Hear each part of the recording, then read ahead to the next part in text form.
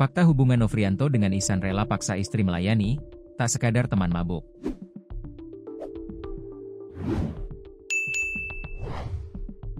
Terungkap hubungan Nofrianto, 39, dengan Ihsan, 44, hingga rela paksa istri melayani intim, ternyata tak sekadar teman mabuk tua.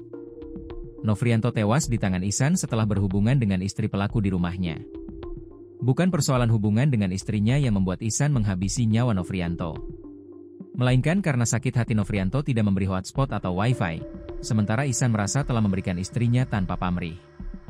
Usut punya usut antara Nofrianto dan Ihsan mempunyai hubungan yang tidak biasa karena keduanya pernah intim. Ihsan kepada polisi membuat pengakuan mengejutkan karena ternyata mempunyai hubungan menyimpang dengan Nofrianto, sesama jenis. Hal ini terbongkar saat tersangka Ihsan berbagi kisah saat dihadirkan dalam konferensi pers Polres Siak, Jumat, 31 Oktober 2025, di Mapolres Siak. Kapolres Siak, AKBP Eka Ariandi Putra memberikan kesempatan Ihsan untuk menceritakan kejadian kepada pers. Saya baru 2 tahun tinggal di Perawang.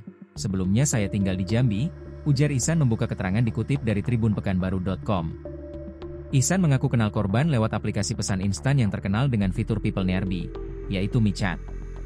Ya, saya dan korban kenal di aplikasi MiChat sebulan yang lalu, ujar Ihsan dengan tangan terborgol. Ihsan tergoda dengan tawaran korban saat pertama kali mereka chatting. Korban bersedia memberikan layanan seks oral gratis dan mau datang ke Perawang. Ya saya maulah, dia datang ke rumah saya, ujarnya. Itulah pertama kalinya Ihsan dan Nofrianto melakukan hubungan sesama jenis. Ihsan semakin termakan rayuan korban hingga hubungan mereka terus berlanjut. Sebenarnya, hubungan badan sesama jenis telah pernah dilakukan Ihsan saat tinggal di Jambi. Pernah sekali di Jambi, waktu itu istri saya sedang operasi, ujarnya. Pertemuan kedua mereka terjadi pada 11 Oktober 2025. Nofrianto datang ke rumahnya membawa minuman keras tuak. Mereka pun pesta tuak hingga mabuk. Saya sebenarnya tidak suka sesama jenis, tapi entah kenapa saya termakan suasana, ujarnya. Semakin malam semakin banyak tuak ditenggak. Nofrianto mulai menggrepenya, bahkan meraba-raba istri Ihsan.